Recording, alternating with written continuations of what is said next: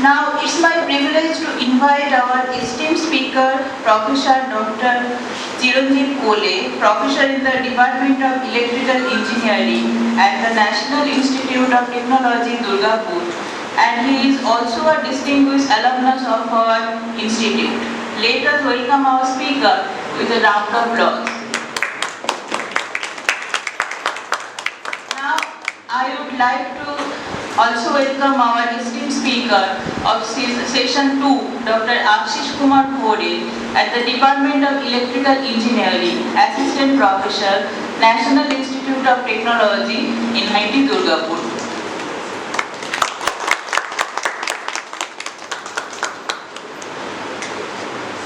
Now let's honor these dynamic personalities on the dais with felicitation ceremony.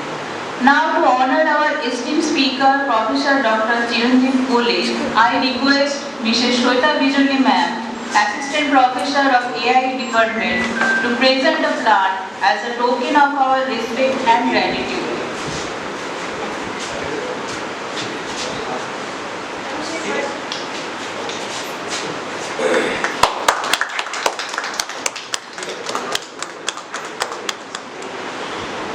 May I request Mrs. Shweta ma'am once again kindly come forward and felicitate our esteemed speaker Dr. Ashish Kumar Khore with the plant as a symbol of our deep respect and appreciation.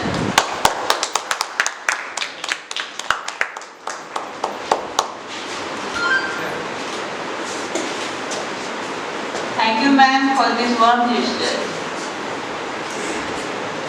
Now I would like to symbolize our commitment to growth, sustainability and knowledge with the watering of the plant ceremony.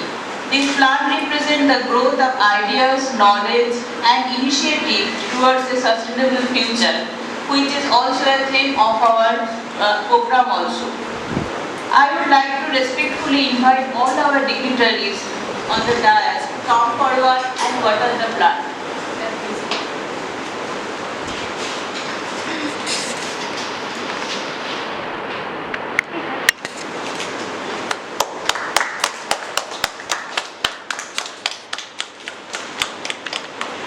Thank you for this wonderful start of this session. Now let me take a moment to introduce our esteemed speaker for today's session. Dr. Chiranjeev Kole completed his BTech, MTech and PhD in 2000, 2002 and 2007 respectively. He is currently serving as a professor in the Department of Electrical Engineering at the National Institute of Technology, Durgapur.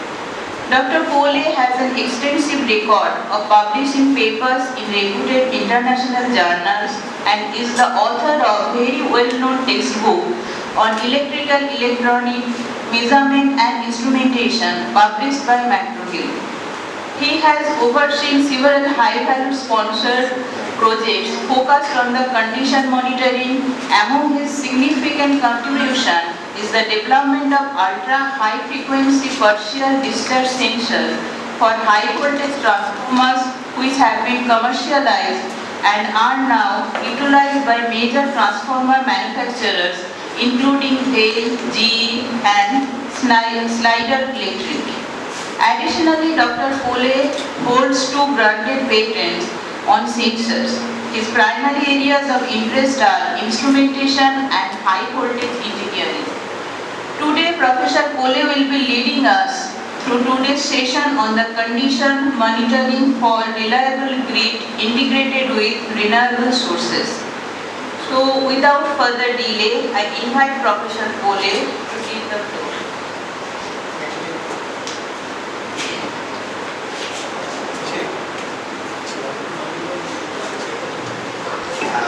Thank you very much.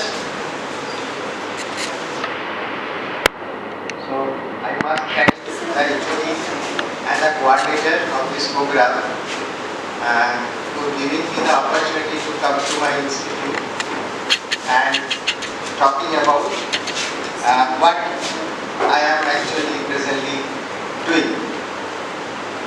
Though I modified the topic to give workshop, but it is linked with our power system and as per our present need.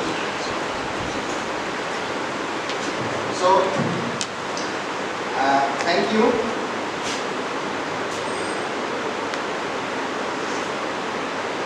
So, I'll be coming to the context. So, since my field is condition monitoring of high voltage apparatus for power system utility that involve your renewable and non-renewable energy sources. So I'll be giving a small introduction why I am doing so and why it is important. Then for the program I have kept some introductory part. What is this condition monitoring, why it is required and how these are being done for electrical apparatus. And then I'll be coming to the modern technique or new technology for monitoring such activity. Then at the end I will be talking how a thorough research can be converted to make a commercial product. And as you know, for present professional education, this kind of activity is very relevant since we have observed that our education system and industry is decoupled. But how do we again get connected? How can we make our teaching and research relevant for the industry? One of some example will be shown. So let us start with the present problem. So we know that our generation capacity at present in India is twice of the peak demand. Our peak demand occurred in the month of June. Around in 2004 it was less than 200 gigawatt. But our generation capacity, total generation capacity in India is more than 400. And still we are trying to incorporate more renewable energy sources with this one so that we can generate more. But thing is that our demand is very less. Now that is not the problem. Problem is that we have less demand, more generation capacity, but still we have power interruptions. I don't know what is the situation in India and present. Earlier there was at least 2-3 hours faster. In Durgapur also we face sudden unwarranted power cut. Do you have it here also? Suddenly power goes off. So actually to have a developed country we need to provide power supply 24/7. And now see, due to this small power cut, what are the things? We need to arrange a generator, we need to arrange an inverter, we need to have a parallel system. So that make a lot of cost, space and effort. So that is why our effort is to make our grid system more reliable, and it is more important than generation of power. Generation of power was the requirement 20 years back or 30 years back, where our generation capacity was low. Now see how we can make such system in a reliable, and thing is that incorporation of the renewable, which is very much essential for our climate. So you are incorporating more components. So more component incorporating means what? Your reliability of the system is going up, isn't it? So that is the issue is coming to the grid to make it a more reliable. So now our Central Electricity Authority, which is the regulating authority for the Indian government, has come up with a new index called System Average Interruption Duration Index. That means that average hour of duration per customer you are facing over a year. So this is average over India. So every utility will be rated with this index, and at present utility is trying to improve such index so that the interruption get reduced. Now just tell me, what are the reason of this interruption? Have you think about? Of course, fast is not the problem at present. I have already said generation is double, right? So next main reason is that equipment failure, right? Then third reason, we can't control. It's a big thing, and there can be some dedicated interruption due to maintenance, which we can recover, can address to reduce the number of interruption. And of course, animal vegetation that causes some accident, that is also another thing.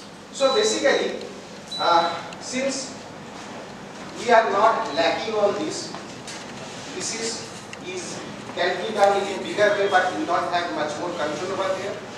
Now these two things we can do to reduce the number of interruptions, so that everybody get power 24/7, as you can see in developed countries. So India, to be a developed country, we must address these two things.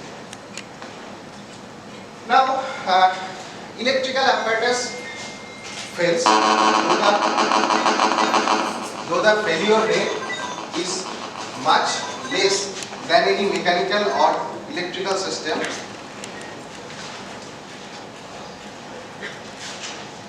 Isn't it? Mechanical system fails more. So in a broad sense, if you see, electrical systems are reliable, but still, due to failure of the electrical system, our system, we have the interruptions. Now if you see why the electrical apparatus are failing, okay, our primary target is the high voltage apparatus, so which are critical for our grid. So this high voltage apparatus fails mostly due to the problem in the insulation, because in a electrical system, what you have a conductor and you have some insulation, right? Now conductor is made of metal, so that can last 30-40 years, 50 years, no problem. But the insulation, which are mostly organic part, creates a problem. Okay, so that is why worldwide, if you see the statistics in different high voltage electrical components or system, the main reason of the failure is the failure in the insulation. Say if you take the component switch gear, 95%, cable joint 90% is the fault of the due to the fail of the insulation. So that's why I am saying that mechanical, your metallic part doesn't create the problem. Problem is created by the this one.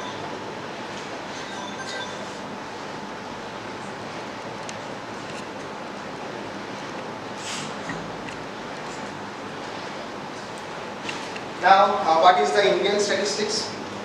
Ministry also make some survey, publish some statistics, and this statistics is a very alarming. So in 2009, we have statistics in 2014, 2016 and 2019. So Central Electricity Authority has made a study across all power utilities of their asset and studied that how long these assets are sustained, okay, and what is the failure rate. So ministry has come up with these numbers. So you see, at least 50% of the VHP transformers in India are failing due to the insulation problem. So this is a very alarming number. In developed countries, this is around 10 to 20%, and particularly in India, it is 50%. Now, VHP transformers are very critical transformer. It's not the costly one. It's a critical means failure of VHP transformer will create a lot of problem. And why this is low, I will come to later at the end in the conclusion. So they have made further fault analysis and they observed that the insulation failure again due to this nature and as per international known fact, and insulation failure mainly occur due to activity of the partial discharge. Now what is partial discharge? Partial discharge is nothing but a spark. If you have a high voltage across a insulation, so if the insulation has some weakness, so what will happen? There will be a breakdown, isn't it? If you have high voltage cable or high voltage somewhere, and if the insulation is not sufficient, you have a sudden spark. So this spark is the called partial discharge. It's not a complete discharge. There will be partial discharge, sudden flow of current, and then it automatically ceases to exist. Stop. Okay. So that's why we call it a partial discharge, and this partial discharge further deteriorate the insulation. एक बार discharge हो गया, so whatever insulation you have, if it is a solid, then that part will be burnt. So then it is more weakening, and then again discharge will occur, again weakening. So your discharge activity will increase with time. So that is the danger, and that is the main reason of the insulation failure. And as the insulation fails, it is causing the failure of the system. Okay.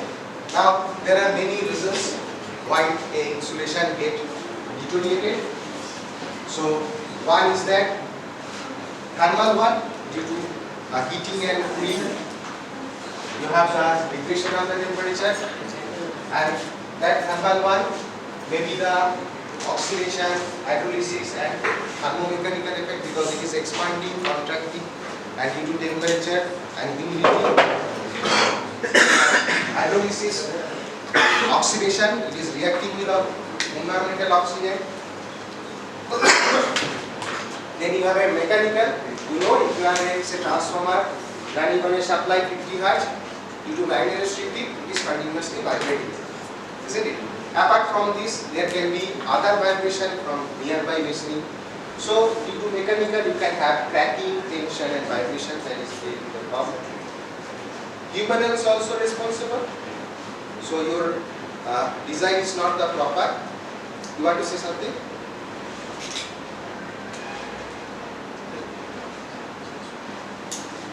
Mishandling, improper installation, okay, not making the proper maintenance.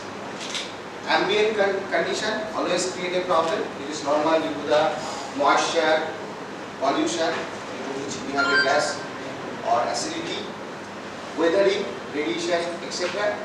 Then of course electrical, in high voltage system, you know, lightning impulse comes. So lightning impulse, over voltage, freeing and cracking. So these are the electrical. So you have a thermal effect, mechanical effect, human effect, ambient effect. All these are acting simultaneously on the system, and that is causing degradation of the insulation. Okay. Now, what are the problem it creates, and why the high voltage apparatus that are connected in a grid are critical. Now, I have said it is not only the cost. Say your 10 MVA or 30 MVA big transformer placed in a grid may be supplying a wide region, maybe a region, a district or 2-3 district in a combination. Okay. So from the transformer your regions are getting supplied. Now if your one transformer fail, now size of the transformer may be bigger than this room, two sides of this room, right? So if the transformer fail, so what will happen? This big region will be out of work, okay, and there is no immediate replacement, because how will you carry such a big transformer from by the road, isn't it? So it will take you months to replace, right? It will take you months to replace, and normally keeping a redundancy is a problem in India. We don't have that much money. Okay. So that's why this is the critical, and you know if this large region get power off, what are the consequences?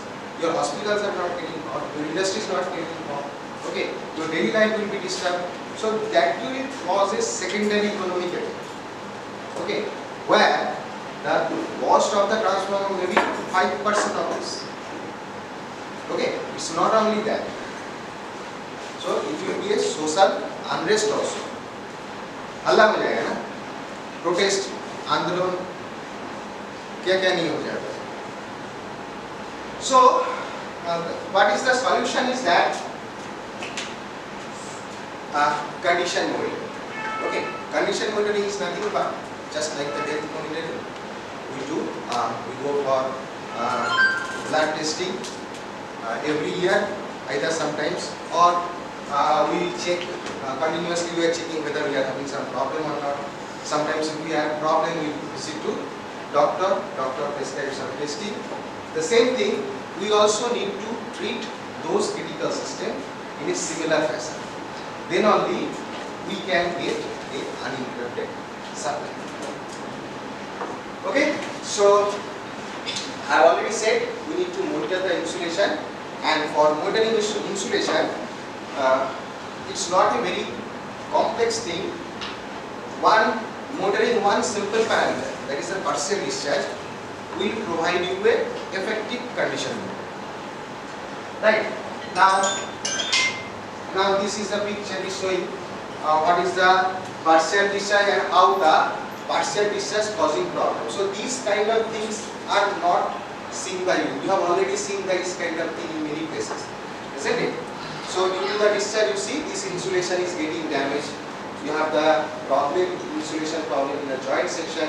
Sometimes if you open the bus bar, you will find that this kind of damage. Okay. Now, due to this kind of damage, you don't think that the equipment may fail immediately. Okay. It may fail in a 1 day, it may fail in a 1 year, or it may fail after 2 years.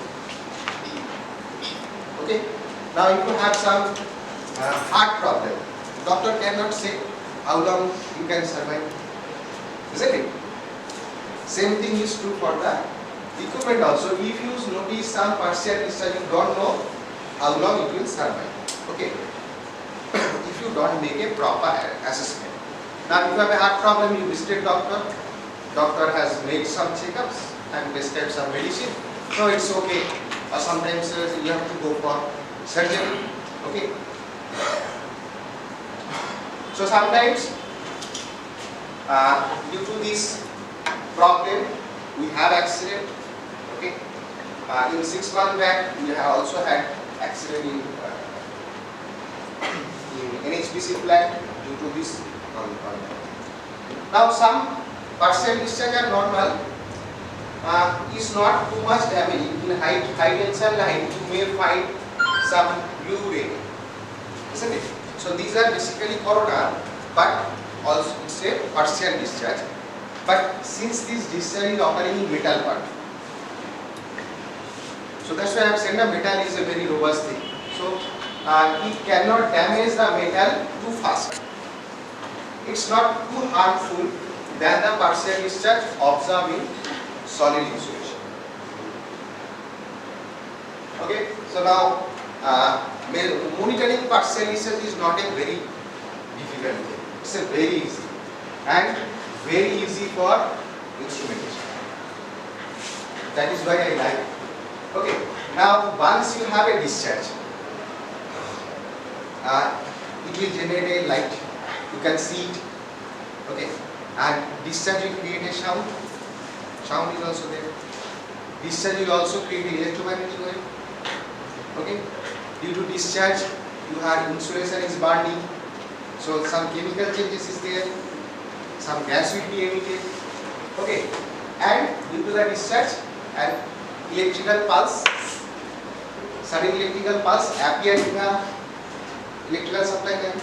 So by monitoring any one of these, you can detect there is a partial discharge. So that is why I am saying detecting partial discharge is not a difficult thing.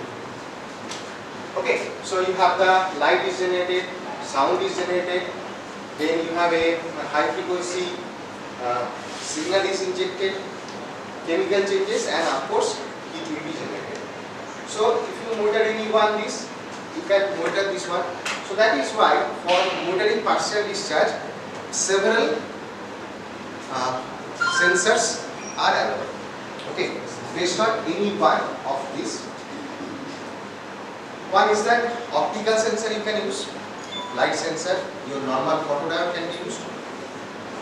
For pressure wave, you can use the ultrasonic sensor or acoustic sensor. A simple microphone can also be used. Since it is a high voltage, somebody is using the optical fiber based acoustic sensor. And due to the electrical, you can detect the pulses, capture those transient pulses by some digital recording means.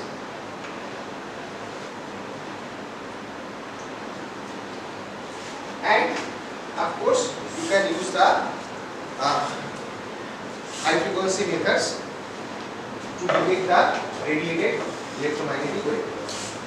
It falls in the frequency band of the HF, that is below 3 MHz, VHF 3 MHz to 300 MHz, and UHF range is 300 to 3 GHz.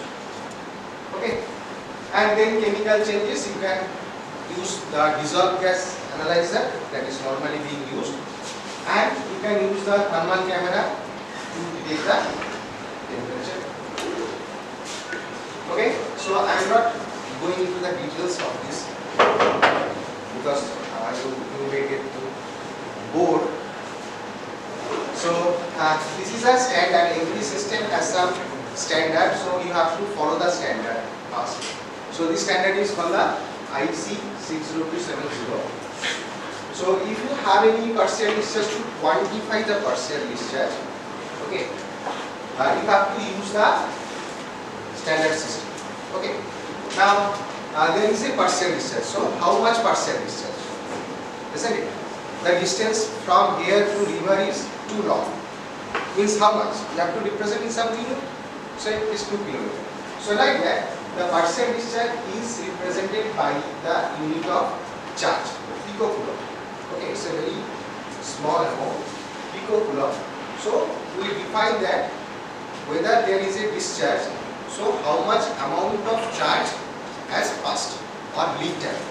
So that called the representation picocoulomb. So the connection is made like this. We need to have a high voltage source, which itself should be PV, not normal partial discharge source. Then you have the test object. It can be a cable, it can be a transformer. So the high voltage is applied on the test object.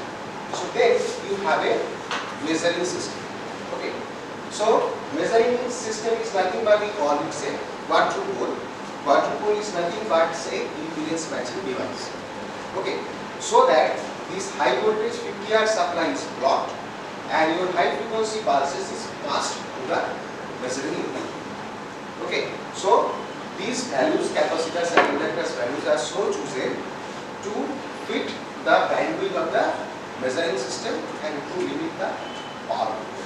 So such kind of setup is not very costly. You can also have it in your laboratory. You can have a 20 or 30 kV voltage source, and that you can apply to some seal. This is the XLP cable we are testing, and then this is the coupling capacitors, and these arrangements are being made to monitor the applied high voltage and the partial discharge. So these standards is the most accurate one. Okay, most accurate one and used to evaluate the other system. Right? But this standard system is basically a laboratory based system. This is very difficult to apply in the field. Right? So if you want to know, say, what is the condition of the high voltage transformer used to supply power in Haldia, so you cannot bring the transformer in your lab. You have to do a field test. So for field testing, this kind of system size will be very large and it will be very difficult to take in the field. So this is basically laboratory method. And another thing is that you have to make a contact with the object. So making a contact with a high voltage line is a very problem. Okay, in 220 line, okay, we put the wire with the matchstick, no problem. Voltage is low, it's not a problem. But if it is a high voltage, you cannot connect two wire manually, even this is 11 kV. Now if it is a 132 kV or 400 kV, you can think about this one. So making a contact with the high voltage terminal is a very problem and risky. So other methods is that since a pulse is injected in the line, so what we can do, we can use a CT. Okay, so this is a special kind of CTs called a high frequency CTs. Okay, now this is your cable. This is your cable. Now in the cable, if there is some partial discharge, there will be some sudden rise of pulse. So this high frequency pulse, as there is a high DIDT, so you will get a voltage across this inductor, and this voltage you can take it into the some resolution. So this kind of things looks like this. This is your this coil part. This coil part is there, and here you have the terminal. From the terminal you have the signal line going to the monitoring unit. Thermal imaging is basically used in practice by substation engineers to identify the faulty area, but this is not a very effective method to detect the voltage link problem. Now, thermal is basically can identify the current link problem. Due to the flow of current, you have the heating, and then you can identify.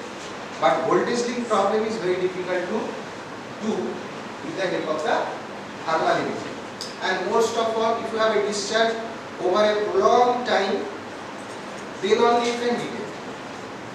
Then only you have a temperature rise and you can detect. And thermal cameras also, lot of limitation. You cannot do it in daytime, in night time. You have substation light, you cannot capture it. And another thing is that our substations are not so clean. You will find lot of jungles. People afraid to use. In substation, many utility has provided them thermal camera, but I have seen, I have just talked to them, they said this problem. That's why I am telling you. So there is a lot of snake problem. So that's why they don't do. And this is not a very effective one. Other method that we use is the acoustic that we do for particularly for the transformer. So this is the transformer. You can see on the transformer we put 4 ultrasonic acoustic sensor, right, and then the outputs are going to the monitoring unit, and if you have some partial discharge, you will create a sound inside, and this sound and the source location you can identify using the modern measurement method. So one good thing is that you can not only detect the partial discharge activity, but you can also tell exactly which location you have the problem. So that is one big thing for the acoustic method, which is not there in the standard method or in the chemical. Now acoustic method has a lot of limitations, and that is why at present people are favoring this ultra high frequency method, because it has a lot of advantage over the acoustic. Because acoustic inside transformer you have a very complex design. Now sound generated from one point will travel in all the direction with different medium having different velocity, right? And there is also a reflection, which are not that much prominent in alternative. So alternative frequency sensors are very cheap. Okay, you can easily make a sensor. It's not a very complex thing. But thing is that the signal it is generating at a very high frequency. So you need to have a very high frequency monitoring system, and that adds the cost. Right, so in the UHF based technique, we can not only detect the PD activity, we you can also depict the location. So this is for the people who are not in electrical system. So we have just talked about the headers and their part, those are real. So then this low voltage is powered up, stepped up for transmission to reduce the transmission losses. So normally it can be a 132 kV, it can be 220 kV, it can be 400 kV or even 760 kV. So these are the different transmission voltages we have.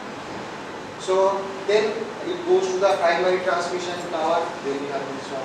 Then we can have some interconnected substations where you can step it up or step it down. Okay. So from there it goes to the secondary transmission. Okay. And different voltage rating for the secondary transmission, it can be 220, 132 or 66 kV or like this. So from the secondary transmission again it is stepped down for distribution to industry or large customers or to your. So then from the 11 kV we further step it down by the small transformers and then it is going to your home or your company. This is how the entire electrical system is. And to reduce the interrupts, it's not a very easy task. Okay, we have a lot of system and modeling of this lot of system is not a very easy task. So some of the pictures you can see how big these generating substations are, and if you have visited some substation, I will find that inside you have a lot of components, but fundamentally all the components has two parts, insulation and current. Okay, right? And so therefore, as you know, if you can model the insulations, you can easily model the. So that is why initially what we did, instead of modeling individual equipment, if we can monitor this substation as a whole. Okay. Now, if there is in a substation, what you have? You have lot of components. Okay. You have the capacitor bank, switch gear, your surge protector, transformer, isolators. Okay. And all these are distributed over a space. So we can't put individual PD motoring system on each and every. It will be economical and it would be practical also. So that's why initially we thought about using some ultra high frequency sensor which we can mount around the substation, and whenever you have some particular discharge anywhere in the substation, so what will happen? Due to the discharge, you have a radio frequency emission of the radio frequency signal.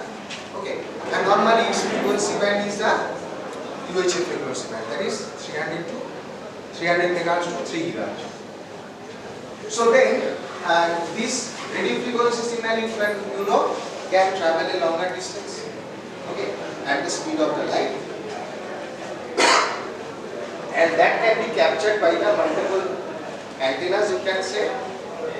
Okay, that we can plant around the substation, and by monitoring all these sensors, we can have a monitoring unit where we can not only tell there is a partial discharge, but we can also tell the location by the traveling time, the difference in the traveling time result. So this is basically a solution that can be given to improve our improve the modeling of our substation. So initially we did some develop some sensor. So those sensors we have taken to various substations. We have made various field visits. We have recorded a lot of data. Okay, we have analyzed, and again we have gone to the same substation. See, these are the locations we are possibly getting some problem. And we also had a thermal camera. We also had a thermal camera.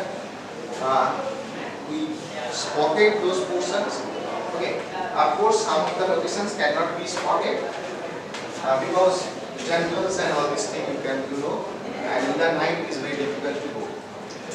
So these are some of the data. So this is the signal. This is the partial discharge signal and how it looks like. And this scale is in nanosecond. Okay. So I said it travels at a speed of the light. So you need to have a very high speed motoring unit to capture such an activity. And this occur say in a 10 to 20 nanosecond. This pulse. So you need to, it's not very easy to capture such activity. So this is the pulse that you can see has been captured by 4 antenna, and you can see there is a clear difference in time. So by knowing this time difference, you can also locate the problem. So further for further verification, you can use the thermal camera to know where exactly the problem is. So we have also gone to some earlier it was a 400 kV substation. Now it's a small distribution substation, 300 by 11 kV. Okay. So for this one, what are the activities we have taken? That I will be telling you in short. How much time? What time? 1 hour. Okay.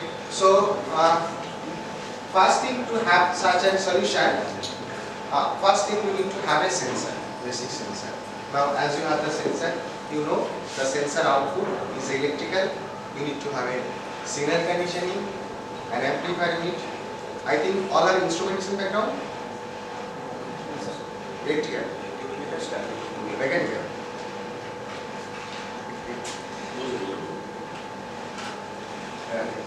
Then after this, you need to test your system in laboratory.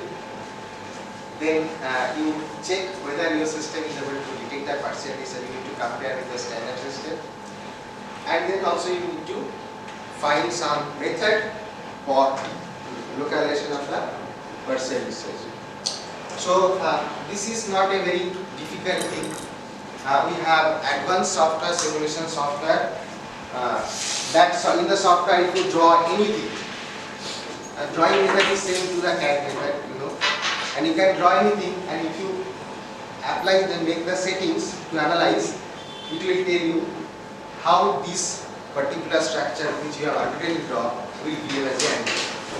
Okay, though there is lot of technique and theory how you can make a suitable antenna for your design, so that you can do. And to do this one, simple thing is that first you need to know what kind of antenna you are looking for. What should be its bandwidth, whether it should be a narrow band, whether it should be a wide band.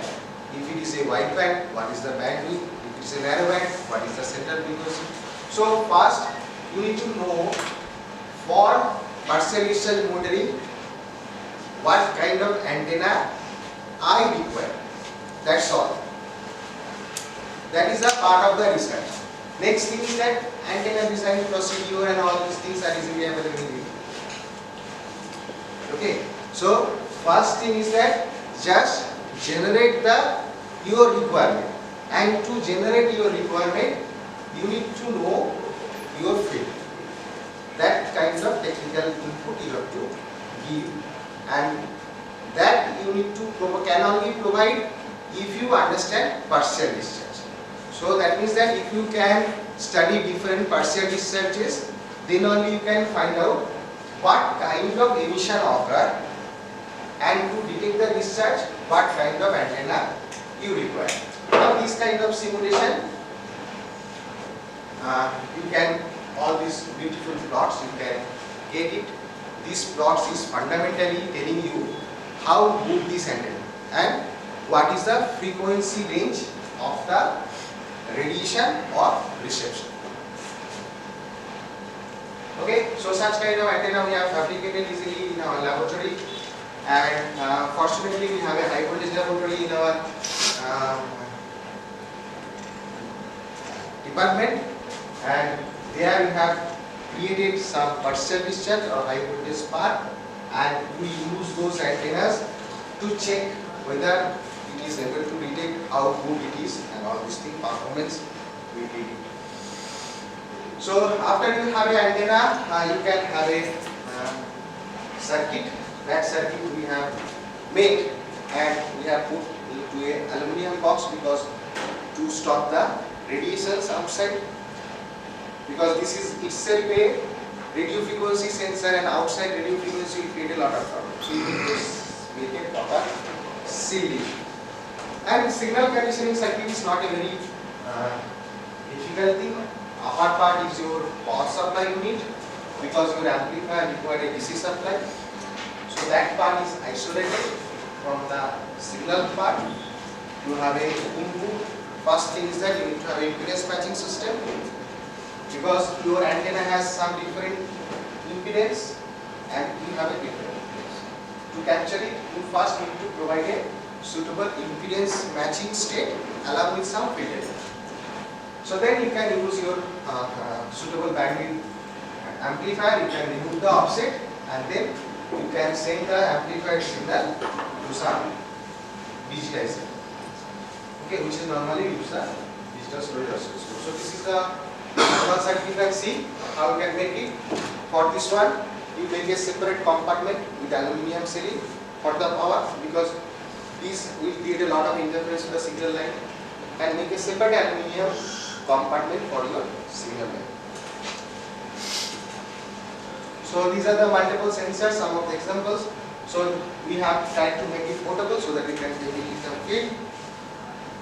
And that one we have taken, and in parallel we have verified this system, means whether it is able to detect all the PD activities, how many activities cannot detect. So you need to make it and complete small discharges. So this kind of discharge will appear in your recorded signal, and say this is the signal we have recorded from the standard, okay, and same from your sensor what is the signal you are getting, okay. We are interested on every events. So whether for one event your sensor is detecting the event, yes or no. So that you can use to compare your sensor or your monitoring system with the standard one. And normally we use this time overlap plot to identify the partial discharge. So these are called the PRPD plot. In the plot we take the reference of the 50 Hz supply and over say 30 minutes what are the activities has occurred and in which phase it has occurred. Okay, because you know the partial discharge will occur when there is a voltage. In AC your voltage is 0, then high and then low. So when the voltage is low, there is a very less chance of partial discharge. Okay, so that's why this kind of overlapping plots are very useful for industry personnel to identify the time and PD activity inside your apparatus. So some people initially said you are planning for monitoring entire substation. So now you have a lot of interferences, right? So because our frequency band is overlapped with the TV. TV is normally 700, 800, 500. Radio. Okay. Apart from this, your military communication, your satellite communication. If you have nearby airport, they have their own communication that also falls in the band. Okay, and your GSM, which is 900 or 850 megahertz. So all these are also operating on the same frequency band that we are looking for. Okay, now they often ask this, how do we do that? Now this is very simple. All those communications are continuous, isn't it? All time. TV broadcasting is all time. Radio broadcasting all time. Mobile communication all time, but sometimes when you are not communicating, it means what? You have a call of say 10 seconds or 5 seconds. So our event is of 10 nanoseconds, isn't it? It's a comparison of 1 day versus 1000 years. So with my event is a transient event, isn't it? So although all these are present, but I don't have that much interference problem from the communication which people think of. Okay, many people say that it's not a very challenge because you have this problem, that problem, but practically there is not a problem. So if you also say, suppose you have recorded some data, how we tell these people, say we have recorded a data when there was no PD, rate 1, and when there is a PD. Okay, so when there is a PD, that also is in this signal also all these communication interferences are present. Okay, now if you make a simple Fourier transform of the red signal and blue signal, you get a result of this. So what you can see, all the communication bands peaks are there in both the signal, right? But this peak of the blue signal is not there in the red one. So that means what? This is the frequency where your partial discharge are occurring. So you can detect it either time domain or you can detect it either frequency domain. Both is possible. That is why I am telling it's not a very difficult to detect. So this is the high voltage testing laboratory. Fortunately we have in NIT Durgapur. We can test any electrical apparatus up to 300 kV. So this is nothing but a high voltage transformer that can generate 300 kV. And in the laboratory you can create such kind of artificial partial discharge. Okay, because to know the partial discharge is not possible to visit in the field. There you won't be knowing that whether what kind of partial discharge is present or not. So that's why in the laboratory we create a artificial environment for generation of different kind of partial discharge. So this is some of our setup we have made to generate different partial discharge. Say suppose partial discharge can occur in a paper insulation, partial can occur in a resin insulation, partial discharge can occur due to the some metallic part in your insulation. Okay. Now, what will be the partial discharge nature for all these kind of cases? Isn't it? So those cases we can emulate in the laboratory by making some artificial sources, and then we have excited them and to understand how this partial discharge looks like. So these are some of the examples. Along with this one, we have also taken some of the natural partial discharge sources which you can get, and these are the different signals that you can see recorded from artificial sources. Almost looks like the normal partial discharge, and you note down the time is in nanosecond.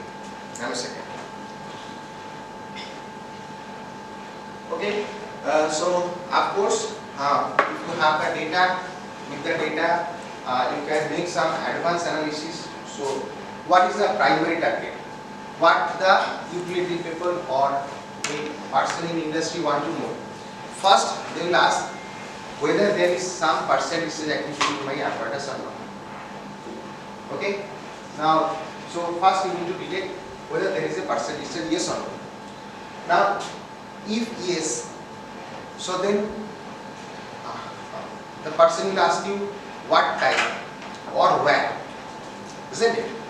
So then you need to give the second answer, and then we'll ask third question that you can't answer.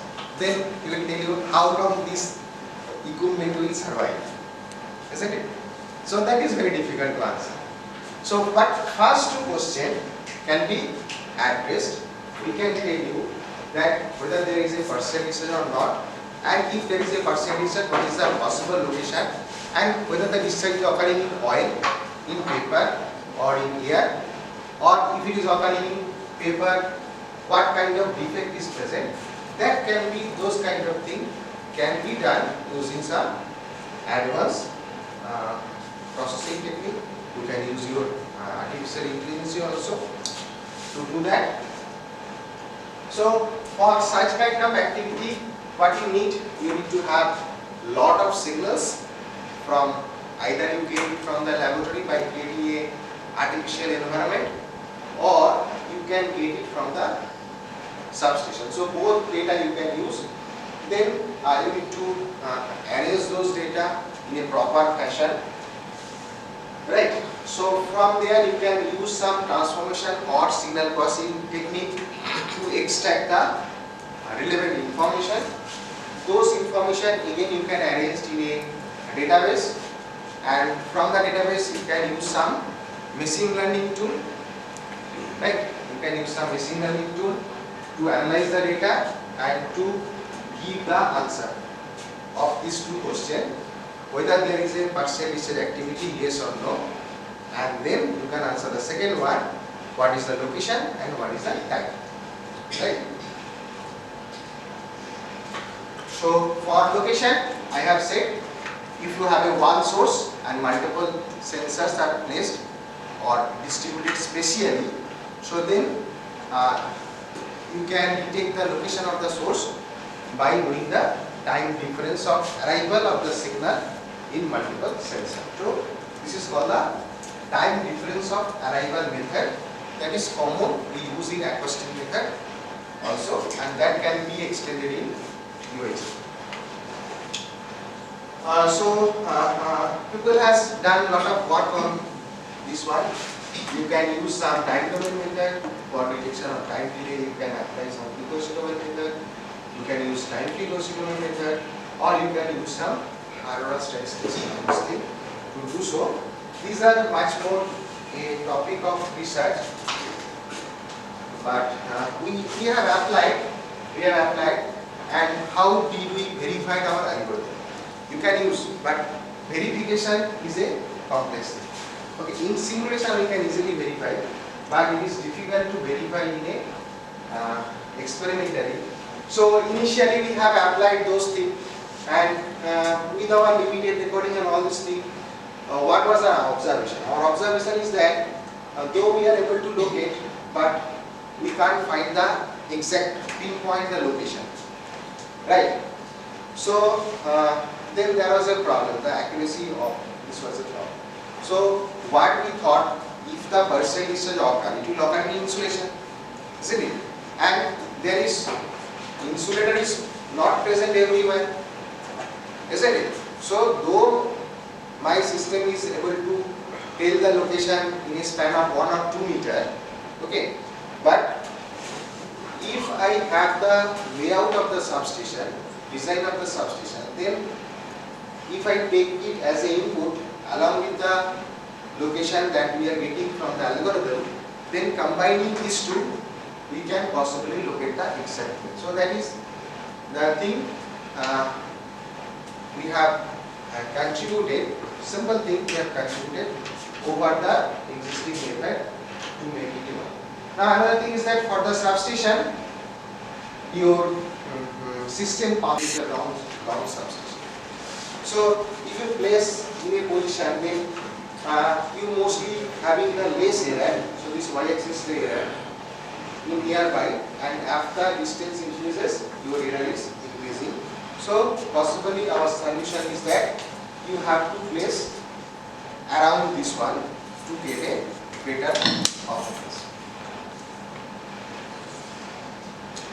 Okay, so this is some of the testing pictures we are taking.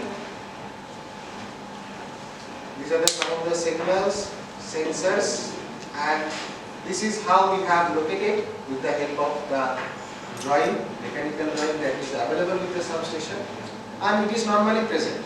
If you ask, go to any substation, if you ask them what is your layout or plan, they will provide you exactly the plan and distance, because during construction and all these things, this plan has to be passed. So there you have centimeter by centimeter what position and length and all this. All the data are present in most of the substations. Okay, so these are some of the testing we did with the different substations.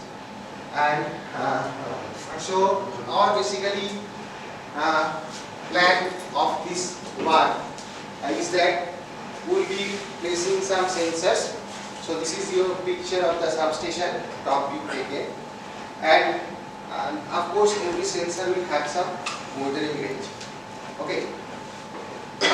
Now if this is your monitoring range, now whenever you have some partial discharge from any point, we may possibly locate, may not be exact point, but may locate the possible area.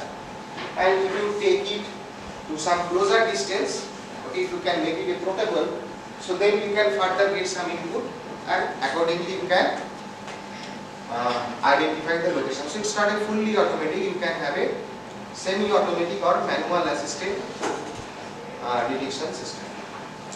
So we had this background, so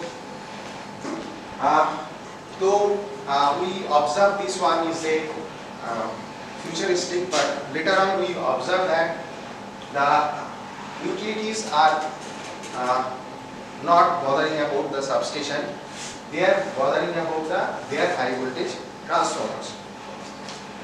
So that is why they are looking for sensors dedicated for the transformer, because earlier system is for the entire substation. Now if you have some percentages inside the transformer, okay, that it cannot detect, because transformer is a metal enclosure and radio frequency signal cannot come out from the tank. So you cannot detect if the percentage is occurring inside, and that we observe is particularly the utility people are interested for. And for transformer we have also seen that such kind of sensors are basically already available in the market, and those sensors are basically imported and very, very costly. So when we see that, so we had the understanding of designing UHF sensor. So we found that it's not a very difficult thing to modify the sensors we are working with for the transformer. So luckily we had got engaged with the NHPC Limited, Hydroelectric Power Corporation. It's a PSU, and we have partnered with a startup company, Sensoroid Private Limited.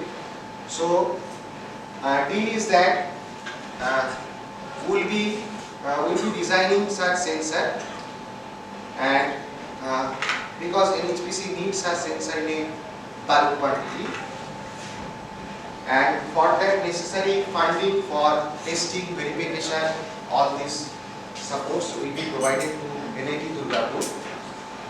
And Sensoroid is a private company. You will be doing the business, but not with NHPC and NIT Durgapur. So NHPC won those sensors at a cost to the manufacturing cost, but Sensoroid can do business with the other people. So ED detection in transformer, you have normally we have a 3-phase transformers. You have inside blue one is the low voltage, upper one is the high voltage side. So normally percentage will occur mainly in the high voltage side. So if you have some discharge, so then the radio frequency signal will emit from this one and going all around in all direction. Now if you put some antennas or sensors on the tank in port points, so these sensors will be captured, right? And then from there you can detect whether there is a partial discharge and location. So before we did this one in the market, we have seen lot of ultra-high frequency sensors are already available of different type. Some are permanently mounted on the wall of the tank. This mounting takes place during manufacturing process of the transformer. You cannot directly put it when the transformer is in operation. And for portable, when you have an existing transformer, you have not pre-installed during manufacturing process. So for portable one, normally transformer comes with a drain valve for draining of the oil. So you can insert a UHF sensor through that drain valve. So basically two type of UHF sensors are there at present. So normally if you have a transformer to motoring transformer, you can place one, but if it is a big transformer, one may not be sufficient. You need to put two. If it is a much bigger, you can put four. Sometimes you can put six. Okay. So this is how basically these sensors are installed or mounted on the tank. So knowing this is very important, because sensing technique or designing sensor is one thing, but you have to be packaging it so that it can be mounted on this is another task. Okay. So this is how you have a tank, then you have a base plate, you have the oil, so you have to provide the sealing, O-ring, then you put your sensor, and then you put the guarding. So all this you can make, and this is not a very difficult thing. This is basically a mechanical design except the sensor. So we have also designed, basically thing is that earlier sensor you have seen, it's a rectangular, but for mounting this one you need to make a circular. Okay, right? So that make this easy for installing and all this, right? So we have designed this. We have again followed the same process as per the requirement or design specification.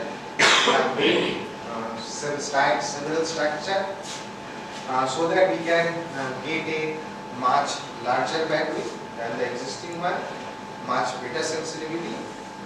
On the other hand, making it a reliable one. So this is basically we did it and we have compared with the other sensors, right? So these are some comparison with the sensors that are available in the market. Okay. Then after this previous performance was simulated, you have to verify it in laboratory how good you are getting.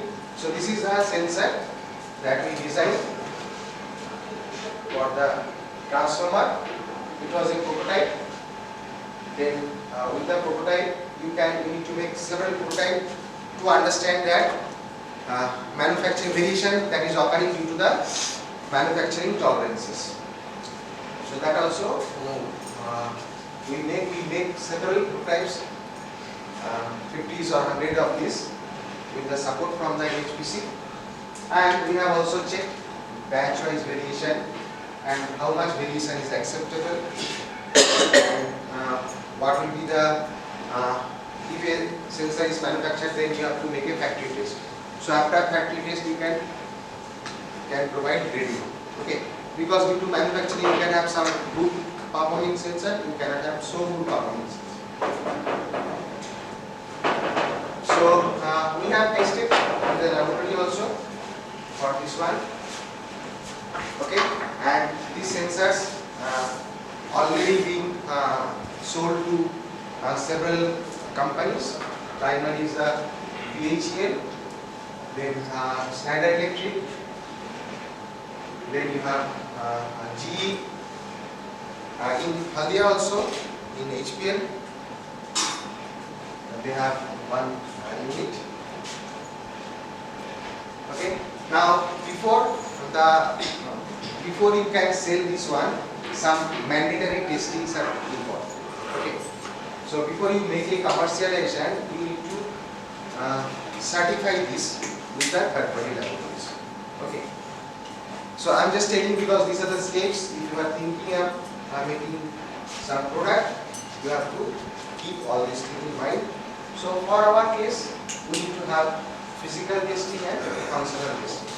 So physical testing, mandatory physical testing is that sinusoidal vibration test, mechanical shock test, mechanical bump test, leakage test. Okay, and functional testing is to get the sensitivity or sensor calibration. So all this we do it for functional testing, we had the only one source, that is the National Physical Laboratory. This is the primary standard unit of India. So there we have tested it, and for other testing, the sensor was sent to FCRI, Palakkad. So they have made all the testing. So after your testing is passed, then only your product is ready for commercial or doing some entrepreneurship. So at present, you need to, as an engineer, you need to think about a product that has some commercial value. Okay, so commercial value means that whether if you work on this product, whether it can fetch or bring some business or bring some money or not. So for that, you need to have understanding of the market. Okay. Now, basically, condition monitoring is a very effective area for condition monitoring of electrical apparatus that I have already said. Now, only for partial monitoring, your global market that was present in 2022 was approximately 4,000 crore in Indian rupees. And of course, it is going to expand due to increase of the people concerned about the reliability and increase of the demand. Indian market is not too much, okay, it's a very less, but all the company did a business around 300 crores in 2022. It's the national statistics. So particularly the sensors we are working with having a market size of 60 to 85 crores per year in India, and main customers are the power grid, NTPC, BEL, NHPC, they are the customer, apart from the Tata Power and Reliance Power. So they are buying such kind of sensors, and total business area is around 60 to 80 crore per year. Now if you look at the interesting factor, if you look at that, these sensors, I have said it's a very simple, but in India we can't make that sensor. I don't know. So there are six European companies, they can make. They are with this one, US, UK, China, Australia, Japan, Russia and Canada. Mostly European countries are dominating this particular area. And if you just look at the sensors, cost of the sensor for this power utility, it is, for the sensor we have developed, it is 2 to 3 lakhs per unit. Now, in summary, for India, hope is like that. Your national statistic is saying that failure rate is India alarming, that's why you have a lot of interruption. To stop the interruption, the authority is saying that it is mandatory to use the monitoring system. Okay, but government comes in another deadlock. The same authority has given a guideline. You can't buy a monitoring system whose cost will be more than 15% of the cost of the equipment. Okay. Now if you have a equipment cost of 1 crore, you cannot put a monitoring system whose cost is more than 15 lakhs. Okay. So you can see, if you have a sensor, say for your transformer, if you have a 6 sensors, it will be around 20 lakhs, including tax and all this thing. And then you forget about the monitoring system. So it's not a cost. So you want to use, but you are restricted on the other end. So because these are input dependent, and that's why there is a scope for making product in India and to develop the technology in India. So thank you. If you have any question, you can do it.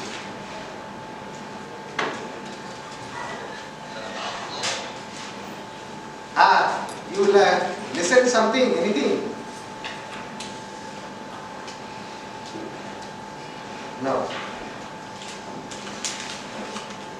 saying high frequency sensor, how it works basically? It's a basically antenna.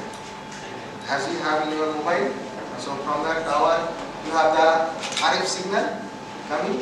So same thing. So antenna, output of this antenna is voltage.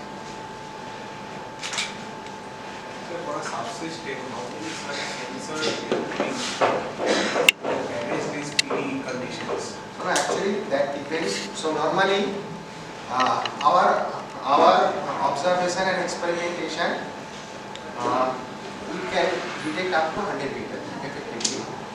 Range is 100 meter, but effective is 50 to 60 meter to actually locate. So you have shown 4 sensors are connected in a subsystem. So now your range is say suppose 60 meter. Now depends on your size of the substation, you have to plan. And it will be connected arbitrarily or in a You have to plan it. So actually that kind of solution is not exist at all. There is one company in UK, they have some similar kind of solution but it will be different. They have a van mounted system. Van, means mobile van. On the car, inside the car they put their monitoring unit. On the roof of the car, they are putting the sensors. So that van they can move it in substation to detect such activity. What about the wall-mounted sensor for a particular Transformer. So is it also depends on the size of the transformer and all those kind of Small transformer you can put one. If it is a big, you can put two. The sensor will be connected in a central signal conditioning unit Central. or separately. Central. That is installed in a subsystem locations. Where it Is is that the motor unit to be placed in the control room or wire connected. yeah, wire connected. Because this is a high frequency signal, you can take it too long.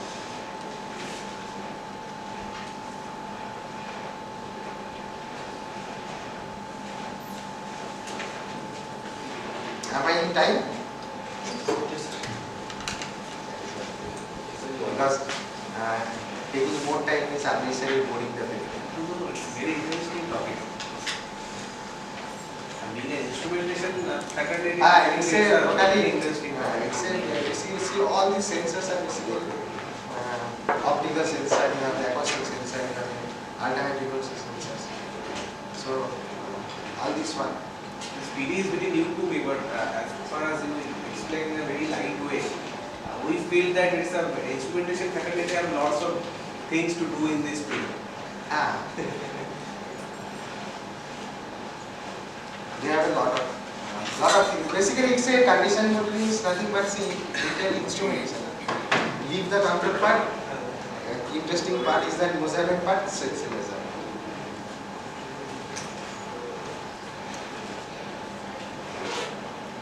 Okay, if there is no other question,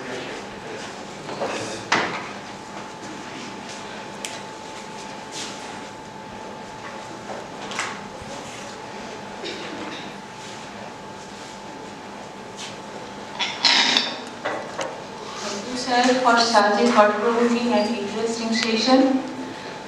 In today's session, Dr. Cole has shared with us the critical role of condition monitoring in ensuring the stability and reliability of power grids. He highlighted the challenges caused by the variability and intermittency of energy and how advanced monitoring techniques such as ultra-high frequency partial discharge sensors can significantly improve the reliability of high voltage transformers, which are key components of the grid infrastructure. Through his research, Dr. Cole has demonstrated how condition monitoring not only detects potential faults early but also contributes to the predictive maintenance of electrical systems, ensuring minimal downtime and greater operational efficiency. His work is an excellent example of how innovative technology can support sustainable and reliable energy systems, and it offers valuable insight for those of us working in both academia and industry. The session provided a deeper understanding of how monitoring system can enhance grid resilience, optimize renewable energy integration, and ultimately contribute to the development of a more sustainable energy future. Now, before we move on to the next part of our program, I would like to take a moment to thank our speaker once again for his time and expertise. We would like to express our gratitude to Professor Kole for his enriching session. To do so, I would like to invite Mr. Devdatta Ghosh, Associate Professor of AI Department, to present the token of appreciation to Professor Kole.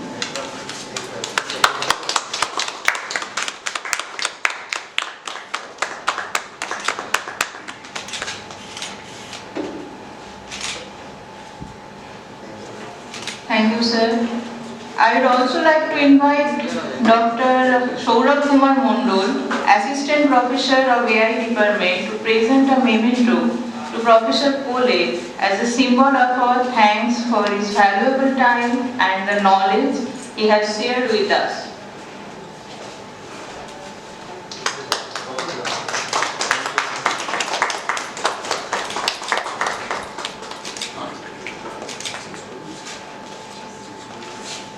Professor Kole, we are truly honored by your presence today and we thank you for your insightful session. As we conclude this session, thank you once again to our esteemed speaker and to all the participants for your active participation. Participants' lunch will be served shortly, and after lunch we will meet once again for the second session of today, which will focus on the topic analysis of different solar